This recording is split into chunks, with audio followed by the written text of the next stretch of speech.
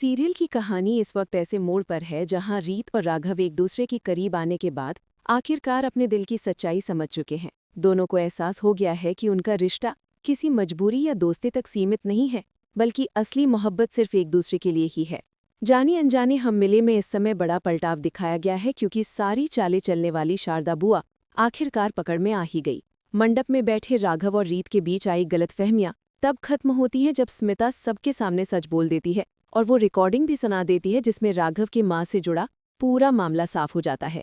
इसके बाद ध्रुव भी वहां पहुंचकर शारदा बुआ की असलियत खोल देता है। इतने सारे सच एक साथ सामने आने से राघव को मजबूरन मानना पड़ता है कि उसके सामने चल रहा खेल असल में शारदा बुआ की ही चाल थी। जब राघव उनसे जवाब मांगता है तो शारदा बुआ स्मिता पर ही बरस पड़ती हैं, लेकिन अब किसी को भी उन पर भरोसा नहीं रहता। पुलिस आकर उन्हें ले जाती है और यहीं से कहानी एक नया मोड़ लेती है। सारी गलतफहमियां मिटते ही राघव रीत से अपने प्यार का इजहार करता है और रीत भी दिल से उसका साथ स्वीकार कर लेती है। दोनों तुरंत फैसला करते हैं कि अब शादी इसी मंडप में करेंगे।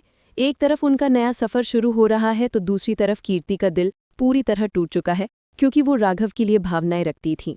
कीर्ति की हालत बिगड़ जाने पर उसे हॉस्पिटल ले जाया जाता है, जहां उसकी मां ये ठान लेती है कि बेटी की शादी आज ही होगी, चाहे जैसा भी हाल हो। वो ध्रुव से विनती करती है कि वो कीर्ति को अपनाए, क्योंकि ध्रुव उसके लिए हमेशा से भावनाएं रखता है।